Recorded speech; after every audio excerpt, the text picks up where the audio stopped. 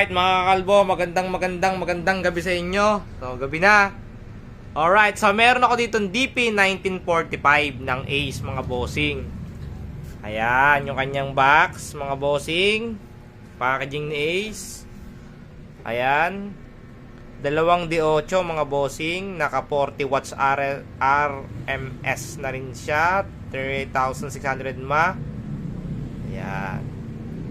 Yan mga bossing ha. So huwag natin patagalin to mga bossing. Pakita na agad yan. O eto mga bossing, ang actual. Grabe. So about sa music, sa sounds ito mga bossing, ako nagsasabi sa inyo, sulit ang ibabayad nyo dito mga bossing. So ang benta po namin ito ay 3,995. 3,995 po sa ano yan, sa Lazada namin yan mga bossing. So ayan, kita nyo naman oh. Grabe. May metal mesh. Ito sa controller niya, meron yung charging niya 9 volts, ayan. USB, micro SD, auxiliary,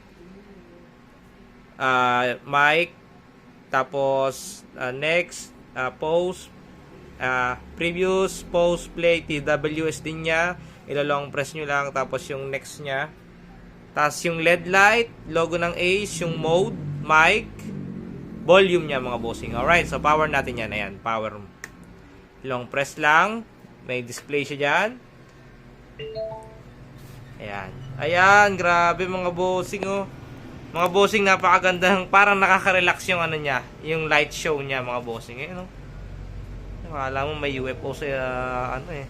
Tapos ito, ang bangis ng LED light niya dito. Tapos ito, kahit ako sa inyo yung ano niya, ilaw niya. Ito, baguhin natin ha. Press mo lang. 2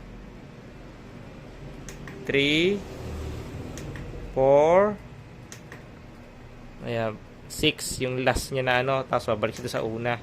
Tapos ganito mga boss, kung gusto mong alisin yung ilaw niya, ilo-long press mo lang yung LED. Itong LED na ito na nakalagay. Ilo-long press mo yan. Yan, mag-o-off na siya. After nyan mga bossing, ito yung master volume niya. So paano mo malalaman? Kasi ang setup ng mic niya, kasi wala nakalagay dito basta-basta. Walang nakalagay ng setup ng mic. So dito nyo malalaman yan sa master volume mga bossing. Kung paano mo i-adjust yung echo, yung mic volume, yung bass at saka yung treble. Bali 4 yan. So unang pindot mo nito, ipe-press mo to bossing. Kasi ito, pag inikot mo yan, volume. So yan, pag inikot mo yan, volume. O, pababa, inaan natin. Ngayon, pag pinress mo yan, mga bossing, unang press mo, lalabas dyan yung setup ng treble. Ayan, treble, naka 6 yung treble niya. Kita ba? Ayan, naka ano sa plastic. Ayan, naka 6 yung treble niya. Pangalawang pindot yung bass.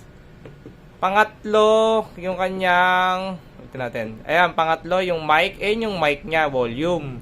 Tapos pag binitaw mo agad, babalik ka agad sa volume, master volume. So, isa pang pindot, treble, bass, mic, at echo. Huling-huli yung echo mga bossing. So nandyan yung control niya.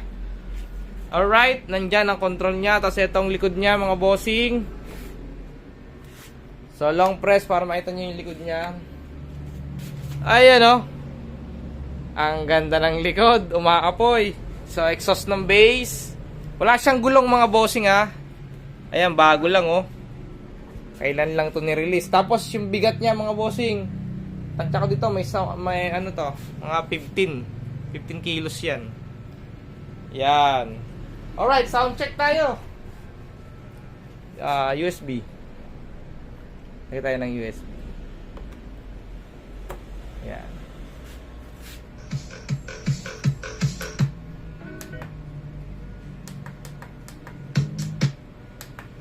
Sound check. Hanggang nyo ha.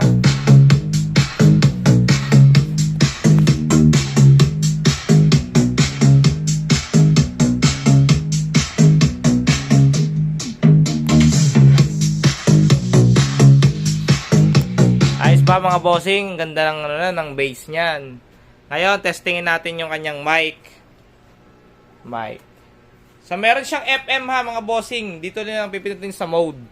Meron niyang FM, tapos yung kanyang Bluetooth at kanyang auxiliary. Alright, testingin natin yung mic niya. Ayun mga bossing, ito yung mic niya. Meron, lalagyan nyo siya ng battery na AA, dalawang AA. Tapos yun nga, ito. Napakalinaw ng mic nito mga bossing. Ito ha, oh.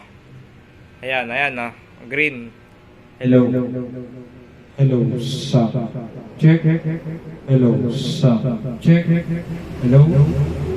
Alright, so yung setup ng mic ay yung tinuro ko kanina mga bossing. Napakalinaw ng mic niya. Tapos ito yung charger niya. Nakasama. Yan, no.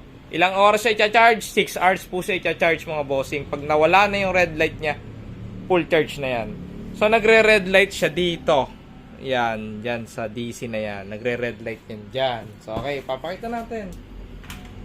Doon sa mga nag-avail na, gustong mag-avail ng, masasabi ko na ito talaga si Ace, magaling siya gumawa ng mga party box sa murang halaga. Ayan, oh, naka-red light, oh. Alright.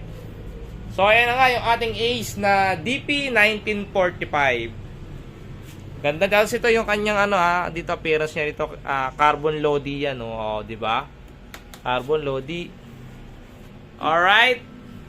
Napakaganda lang mga bossing. Maraming salamat po sa patuloy na sumusuporta kay Kakabo Vlogs. Alright, shoutout po sa inyo lahat. Happy New Year.